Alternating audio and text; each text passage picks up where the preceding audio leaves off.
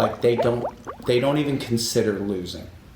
They don't think it's a possibility, even though they do get beat, but they don't even really, it's almost like they're missing something in the brain that says, hey, you could lose. These people don't think that way.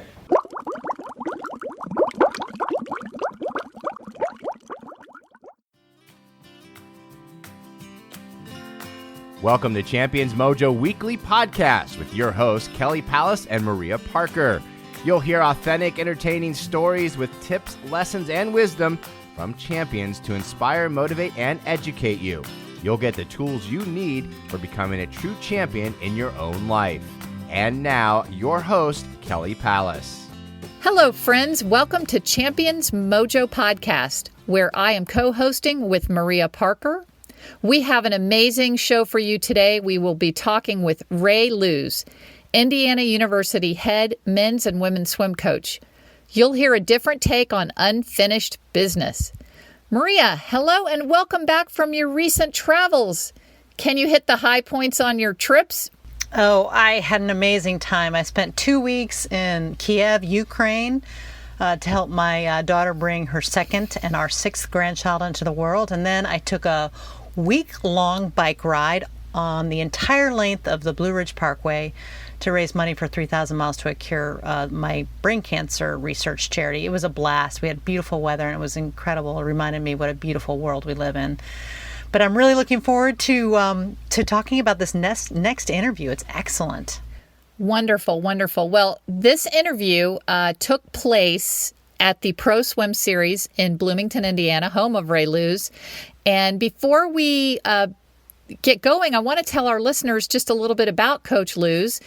And as I said at the top of the show, he is the head men's and women's coach at Indiana University. He has been there since 2002, where he is bringing that program back into national prominence, where, I don't know, most people may or may not know this, but Mark Spitz actually swam at Indiana and under the great Doc Councilman, and Indiana has won several national titles. So Ray is really bringing it back. In the last 2 seasons, he's had tons and tons of success there in his years since, the last 17 years. But his men finished third at the NCAAs. His women have been top 10. And, of course, we know the great Lilly King swam there, where she had a perfect 8 for 8 in her 100 and 200 breaststroke all 4 years.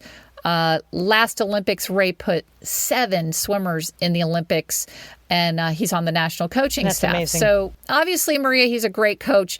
What can you tell me about what Coach Looze did as a swimmer? Well, as a student athlete, Coach Looze attended University of Southern California, where he was a multiple-time All-American athletically and academically. His swimming accomplishments include being a runner-up at the NC2As in the 400 IM, finishing third at Olympic trials, being highly ranked in the world in the 200 breaststroke and the 200 and 400 IM, and he earned a spot as a member of our national U.S. Goodwill Games team. And yet, with that outstanding swim career, we're going to hear him say he felt he had unfinished business. I think our listeners are really going to enjoy hearing about that. Yes, thanks, Maria. We can see Ray has had quite an amazing career as an athlete and a coach, and his interview is coming up now. And then afterwards, as usual, we'll come back and talk about our takeaways. And now it's time for the road trip segment. Welcome to the show, Coach Looze. It's great to have you here. Great to be here. Thank so much for inviting me. So great. So we're at your beautiful facility here in Bloomington, and it's my first time here, and I'm so impressed with this facility. So I appreciate you. We're sitting in your office here with tons of trophies and awards and everything. So I want to get back to your swimming career and start with what we try to focus on with our podcast, which is taking those techniques that you used as an athlete and how you've transferred those into this amazingly successful coaching career. Well, I just read an article that one of our new coaches sent me. Jonty Skinner is going to be our new sprint coach, and he sent me an article about like what makes the elite coaches. Do they have anything in common? And one of the very strong traits, because they come in all shapes and sizes, genders, but one of the strong traits was your own career fell a little bit short. You know, like Jonty Skinner was, didn't get to go to the Olympics. I was third at Olympic trials, you know. Second at NCAA. Yeah, bridesmaid. Yes. So, but those kind of people end up with, be it a chip on their shoulder or a little extra drive to, as a coach, maybe help their swimmers realize that dream. Wow.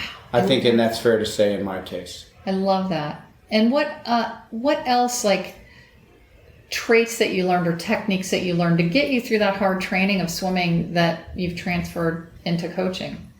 Well, I think work ethic is certainly one of those. When I was in high school, I was on a team called Ladera Oaks, which was a pretty famous team up in Northern California. John Neighbor came from that same club team, and I thought I was like a really hard worker. And then I got down to USC, and they had guys like David Wharton and Dan Jorgensen, and we had a really, really good team. Michael Bryan, we had gold medalists, American record holders, world record holders, and I realized how much I had to learn and how professional they were, how they would do things beyond like just the workout. They would do extra things. So I've always told my athletes that, you know, whatever we provide you, you know, if you want to be at the top of the sport, you're going to need to do something extra. And did you have any mentors like Wharton when you were a swimmer that you had when you came into coaching?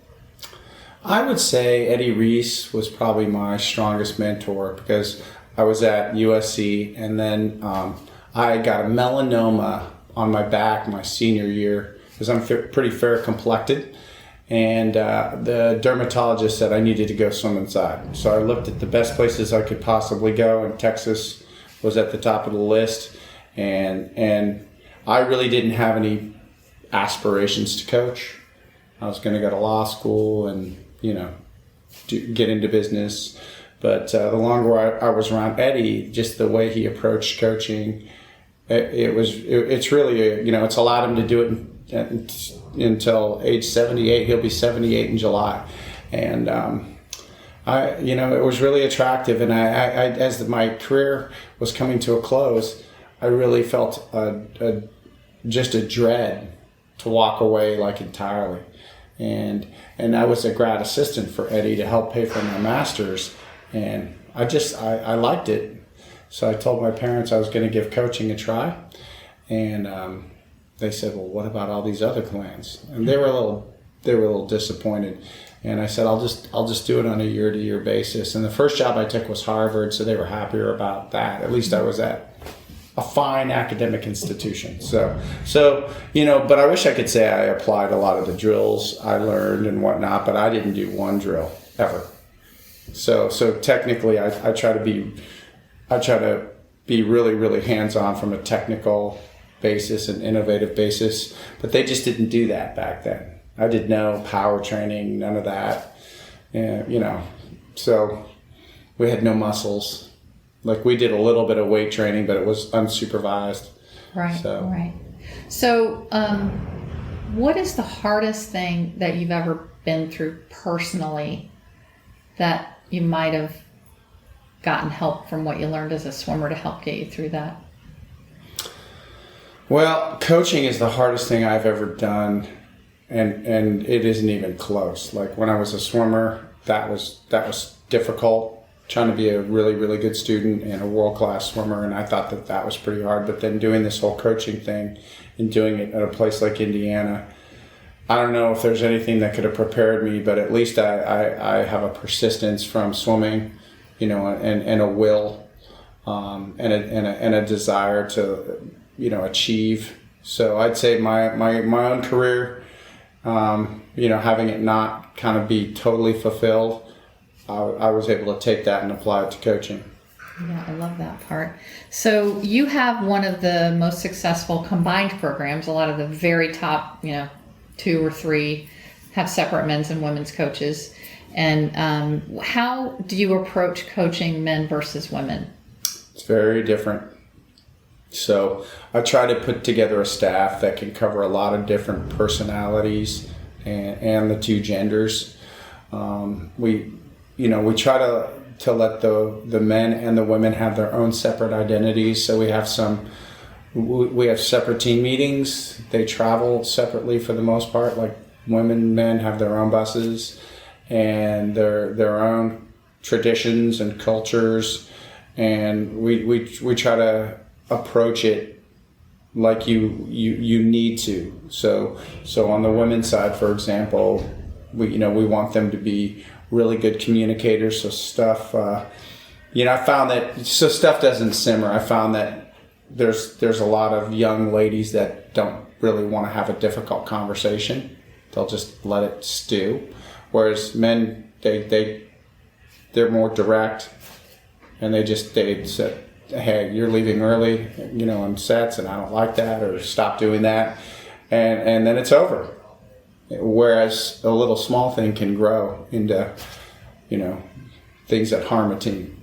So just teaching people how to communicate and function as a group, and it's okay not to really, you don't have to like everybody, but you do have to be a good team. So what made this year special? I think the women got sick of watching the men celebrate. Okay. To be really direct, and so I knew they wanted to win, so we talked about it a lot. But I really don't. I get sick of the Big Ten centric focus, because when I got here, that was it. So we talk about NCAAs all the time, but they wanted to win the Big Ten title, and I was like, okay, well, it's possible, but here's what has to happen. But honestly, deep down, I was like, there's no way this team is beating Michigan unless Michigan really slips up, or we do something beyond what I'm, thinking is possible. But I think you have to give people hope, and you got to talk about doing things. We talk about winning the national title all the time around here, and I know that we're not quite there, but for the women too. Both. Yeah. Both. That's beautiful. Yeah, but you got to talk about it, or it'll never happen. And just see how close you can get. Well, that's great stuff. So obviously, we all were just so excited to watch Lilly win her 8th NCAA title. To do that 4 years in a row is it's unprecedented. What are your thoughts on that?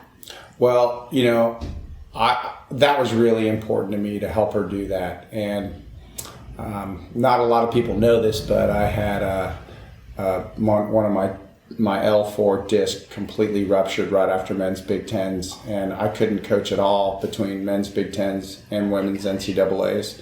But I went to I got cleared and was able to go to women's NCAAs, and I just wanted to be there because that was going to be hard.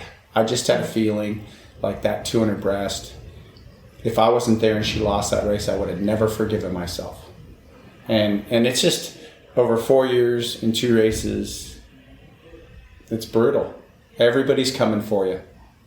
New person stepping up every time, and I just knew that there'd be somebody, that would step up. Yeah, that was really very special. Yeah. Very, very special. Just as a fan, and I don't know Lilly, but just watching it, I tears come to my eyes when she did it, because I know it's very, very hard. Speaking of champions, what commonality do you find that you see? Maybe 3 or so traits that you've noticed over all these years of coaching champions that champions have. The most important one is personal self-confidence. Needs to be very, very high, almost off the charts. So Lilly has that. Almost bordering on arrogance and cockiness. You got to be right on that line, if not in it. Blake is that way. Cody is that way. And then, so that's the most important one. And I look for it, but most people don't possess it. Like they don't even consider losing. They don't think it's a possibility, even though they do get beat, but they don't even really, it's almost like they're missing something in the brain that says, hey, you could lose. These people don't think that way. And then the other one is the ability to, it's like a fight or flight type thing. So when the pressure gets dialed up, how do they respond? Most of us get scared, nervous, and we get distracted because of all that, and people, don't do as well. That's why one person wins. Lilly, Blake, people like that, they come out swinging. The more you dial up the pressure, the better they are. Oh yeah. They get even better. And like Lilly she works a ready room. Yeah. She walks around, stares at people, circles them, and when you saw the finger wag, what'd you think of that? Didn't surprise me. Yeah. Yeah. I mean, and that's just her being her. She does not care what other people think about her. People, will comment, well, she's arrogant or this and that. Why can't a woman do that? Right. Why not? Yeah. Men have been doing it for hundreds of years as far as performing. Like Muhammad Ali and people that, she's an entertainer and she loves it. Yeah. I'd say those are the two most important traits. And that maybe the last one is they don't wait around to feel good. In the water? Yeah. Yeah. Just, they don't worry about that. They can overcome that. So like Blake failed to make the Olympic team in 2016 in his best event, the 200 free.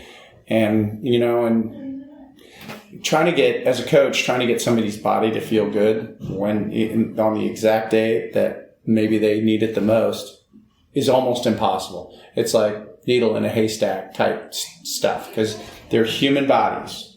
They're running around eating, there's so little control you really have other than how you prepare them. But like somebody being able to be at their worst and still do what they need to do. Teri McKeever, the Cal coach, said to Dana Vollmer, and I use this all the time because it's a great way to think about things as a coach. My goal for you is you will be at your best when you feel the worst. That's my goal at trials or the games, whatever. Oh, that's beautiful. That's awesome stuff.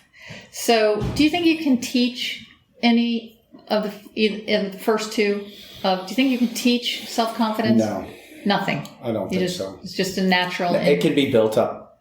You can move the needle, but the kind that allows you to set a world record or win a gold medal, I have not... It is not a readily found trait.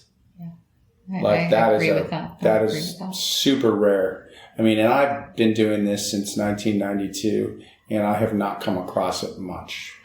How about the ability to handle the pressure? Same Can you thing. teach that?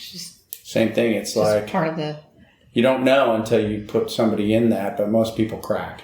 If you notice, our dual meet schedule is really brutal. Yeah. So I like to go against tough competition and rip the Band-Aid every as much as I can every season and just put their feet to the fire. And they do learn from that so that they can handle it better. Yeah. But it's very hard to move that needle. Yeah.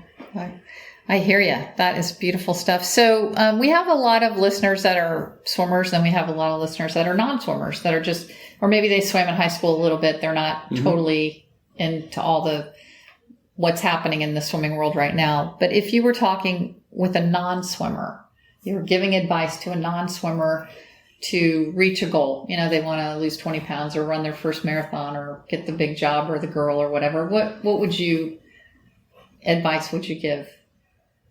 Well, if they want to get the girl, I'd buy a puppy. That's great advice. So, and then I'd try to lose 20 pounds. But buy the puppy first and take that to Starbucks, walk it. But really, I think to somebody that's just come to the sport, maybe in adulthood, I would find a great masters team because it's a lot of fun. And they've got some great coaches, and it's a social. Swimming is really social. The people are so awesome. I'd say the best part about swimming are the people, and that involves your teammates and the coaches, and it's so much fun to be a part of a team. Even when I'm on a team, and I love being on a team. Who doesn't? You're on a master's team? No. Oh, I'm on this team. Oh, of course you're on this I'm team. just the coach. Yeah. But I'm on a team, and I'm with them. Yes. And so, doing swimming, it's not I don't think it's as much an individual thing. And then just being consistent. Because if you get in, swimming is a sport of routine and repetition. Yes. And if you can get consistent with it, then your technique is going to improve, and I think you'll get more out of it. It's like golf. Golf's not very enjoyable if you do it intermittently, because you can't control the ball without the practice. So sometimes I'll have the swimmers go swing a golf club, try to hit a ball, and then come over here and swim, just because it's kind of the same thing. We just have more exercise. And then they feel really good in the pool? Is that the idea that they... It's a sport. They need to understand it's a sport of repetition. So, like, swimming has a lot of, like, baseball players. I've had a lot of baseball players, pitchers, that are pretty good swimmers. Like, they'll hurt their shoulder and they'll have to come to swimming to rehab, and then they might be good at it. That's so interesting. Yeah. So, is there anything else that you would like to tell listeners that I have not covered? Anything about you or Indiana or the future or... one thing I'd like to say about Indiana is this is one of the most well-kept secrets around. Like, we have people here in Bloomington, and they're like, for the first time, you and your husband, and it's really fantastic here. I came from California, and I was like, okay, Indiana. The first thing that comes to mind is cornfields, then the Rust Belt, then it's cold, and all they do is play basketball. Like, it's got this, whatever people think, man, you come here and it's way different. People are awesome. Bloomington's got hills and forests and lakes, and there's great food. And what's been great about social media is that's getting out, and people are wanting to come here. And this is a cool place, because I've lived everywhere in the country, and I just think I love coming back home to Bloomington, because this is home now.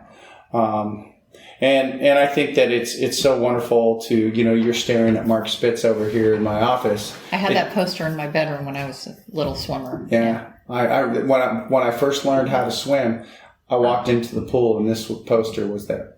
And I found this in a shed when I took this job, like all rolled up in a corner. And I was like, there's that Mark Spitz poster. I hadn't seen one for years. Right. So I got it framed and I put it right there where people can see it. But it's been an honor to help bring this program back. And I realize we're not even a fraction of what was accomplished before under Doc Councilman. But it's been an honor to kind of bring the Olympic success back and the international success. And hopefully this is just the beginning that, we got a really bright future. And I really believe we do. I'm so excited about, 2019 into 2020, try to go from 3 U.S. Olympians to maybe 6 or 7. That's our goal. We want to more than double that number, and then go to Tokyo and represent our country to the highest degree. Beautiful. Thank you so much for spending this time with us today. We really appreciate it. Well, it was great to be a part of the Champions Mojo. Hopefully your mojo brushes off on us. I'd say vice versa on that. Good karma. Thank you. Exactly. Thank you so much. Thanks, Kelly. So, Maria, what are your thoughts on that interview? Well, I just loved listening to Coach Looze. He was amazing. There were so many good little nuggets in there. One of them that really spoke to me was his talk about, his work ethic or work ethic. I guess what really inspired me is he said, it's not just, going and working hard in practice. He said, we offer our athletes this, these workouts, but he says to them, if they want to be really great, they have to do more.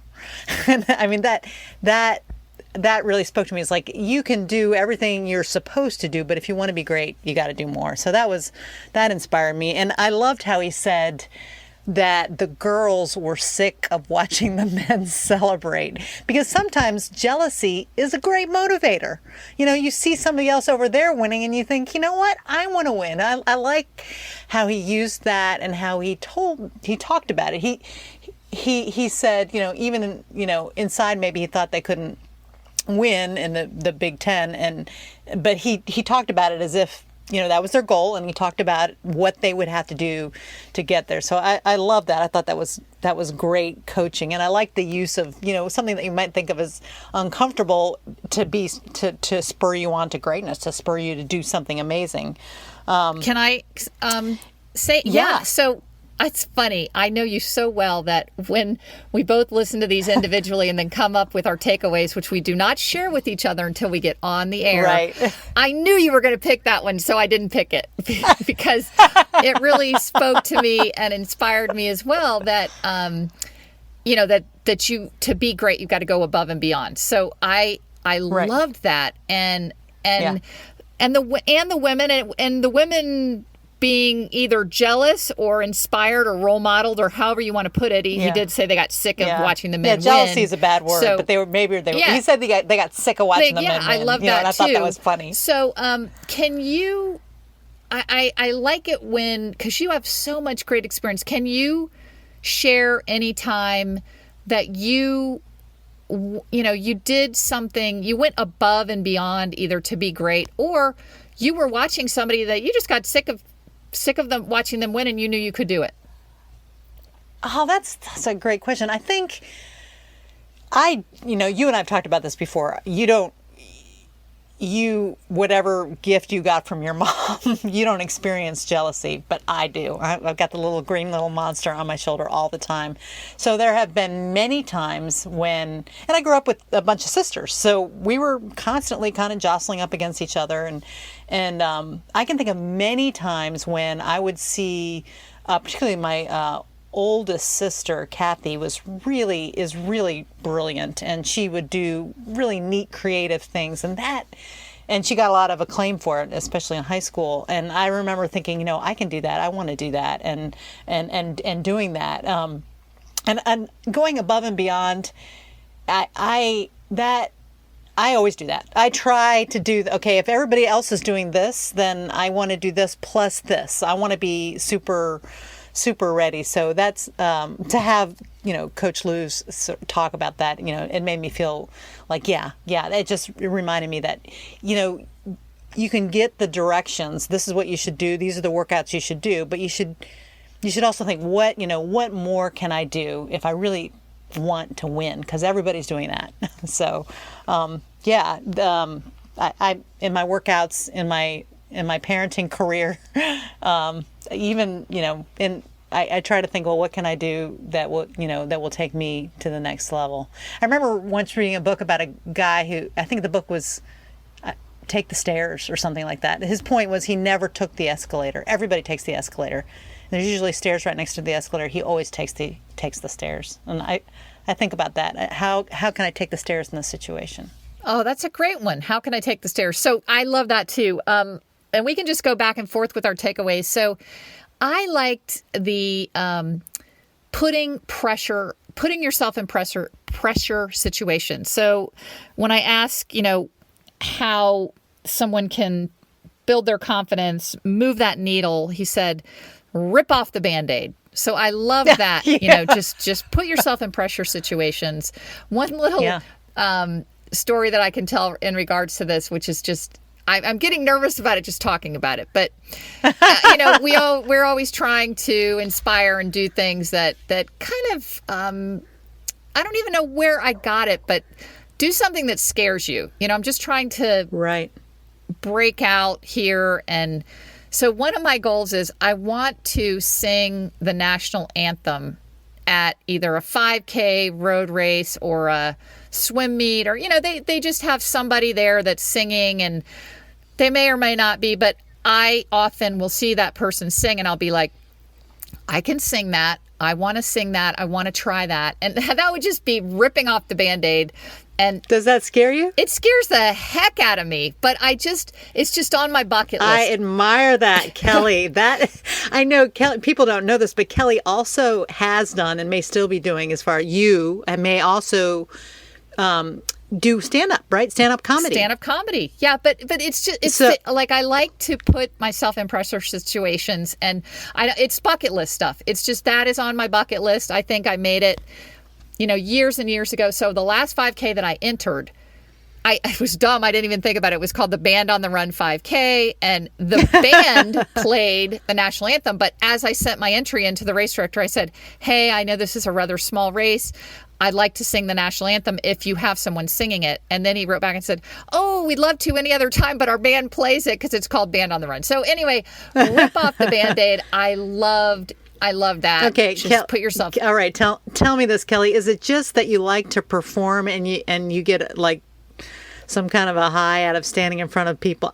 To me, the idea of doing stand-up comedy or singing that national anthem, and I love to sing in front of a crowd, is like, not only is it terrifying, I just I wouldn't dream of going there. Maybe I should make myself do that. I'll tell you what it is. It is programming from my parents, because it will either prove to myself, like I'll either be Susan Boyle or I will be the biggest failure, and people will be like snickering and I'll look around and it'll be horrible, because you don't know when your own husband tells you sing well, you don't know if that's the truth or not. But I've practiced the national anthem many times in the shower and alone, but I'll tell you what it is. So I feel like, and my parents have always told me that I missed out on an entertainment career, that's what I should have been. And my dad, you've heard my dad, known as the famous and wise Trog, say, Kelly, you should have been a country singer.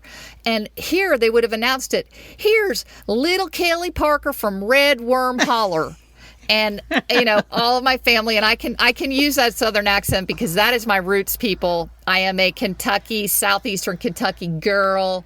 In fact, on my way to Bloomington for this interview, we stopped in Corbin, Kentucky at the original Kentucky Fried Chicken. And, nice. It's like a half mile from went by my old Granny Parker's house. And so I think it's to prove that I did not miss out on an entertainment career, and it is just a bucket list thing. I don't think it has to do with standing up. Well, let me just ask you this. You said you're either going to be Susan Boyle or people are going to snicker. Have you had the situation where you got up there to do something that you were scared to do and people did snicker?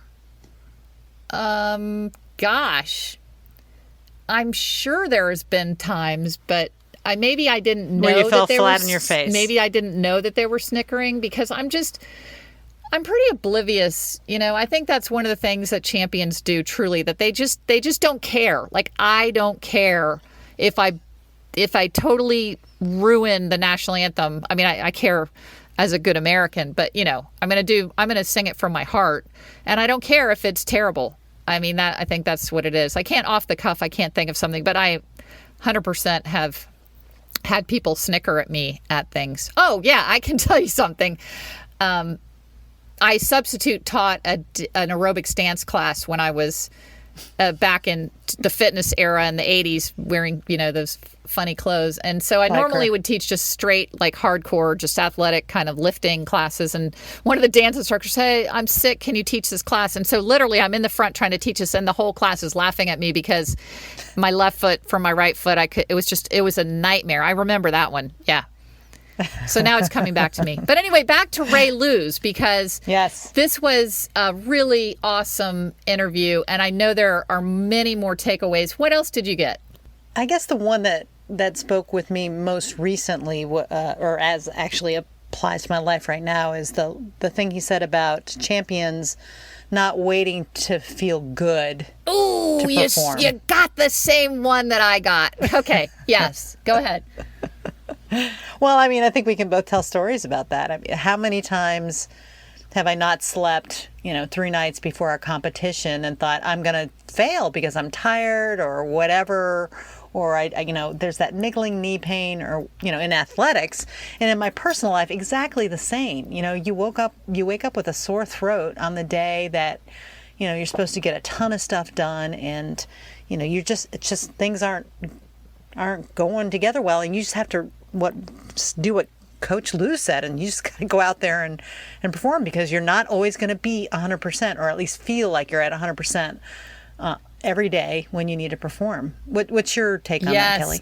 That was my big one, the rip off the Band-Aid. And then he actually gave credit to Coach Teri McKeever, who's the head women's coach at Cal Berkeley. Amazing. She's an Olympic coach, won national titles for college, NCAA titles. She's just amazing. And her quote was, "Be prepared to swim fast when you're at your worst." And the story that I wanted to connect to that, so that really spoke to me. It's the same thing. I mean, whether you don't feel good in the water as a swimmer, you still have to swim your best. Or like you said, you wake up. Interesting story that you haven't even heard yet that I wanted to update you, because you've been on the road.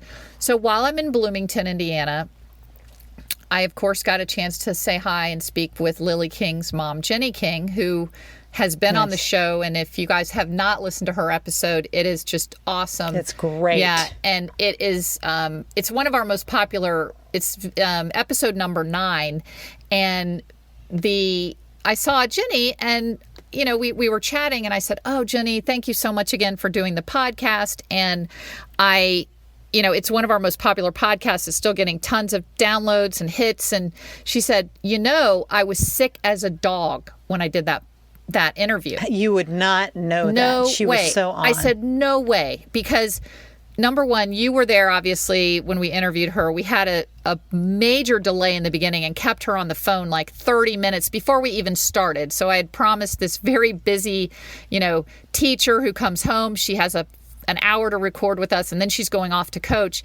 So we start 30 minutes late, and then she gives these thorough, beautiful answers. And she said, "No, I was sick as a dog." And that's amazing. Yeah. Doesn't that just shock you? Because I never would have known it. She never said it.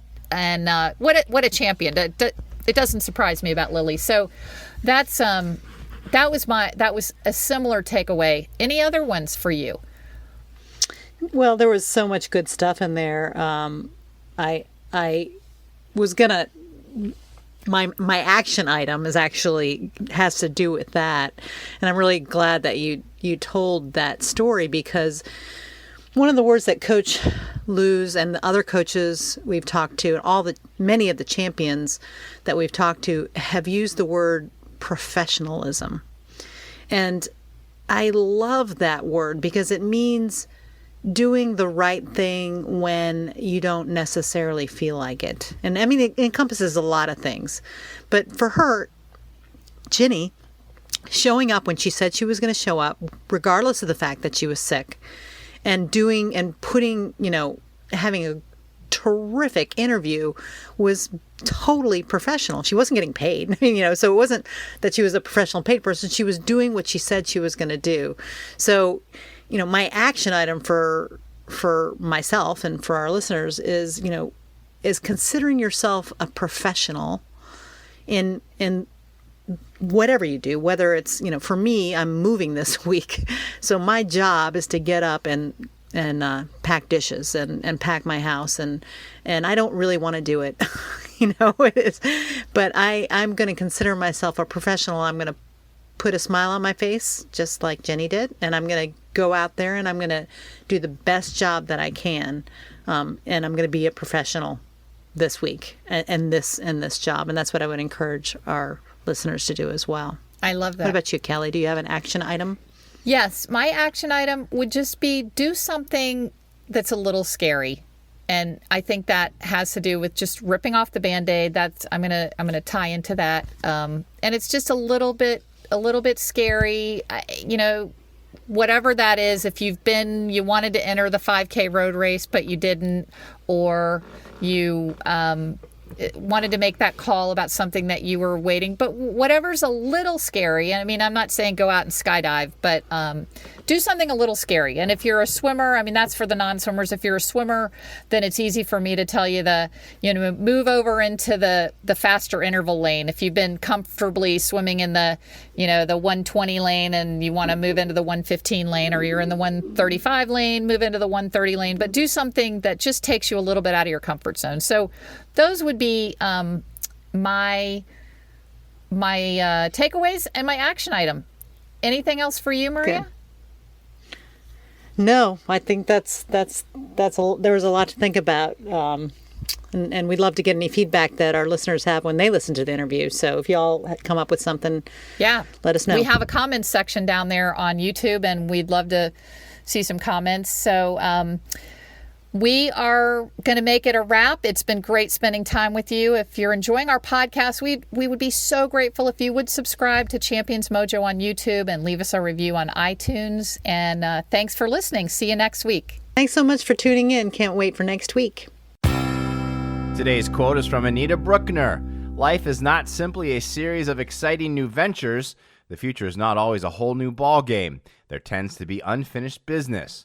One trails all sorts of things around with them, things that simply won't be gotten rid of. We are so grateful that you spent this time with us today, and we hope that you heard something that inspired, motivated, and educated you. Signing off for myself and my champion co-host, Maria Parker, we hope you'll join us again soon, and we know you can be a champion.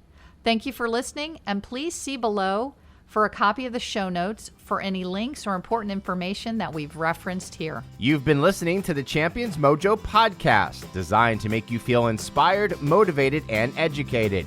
Subscribe to the podcast on iTunes, Spotify, and Google Play. Also visit championsmojo.com to learn more.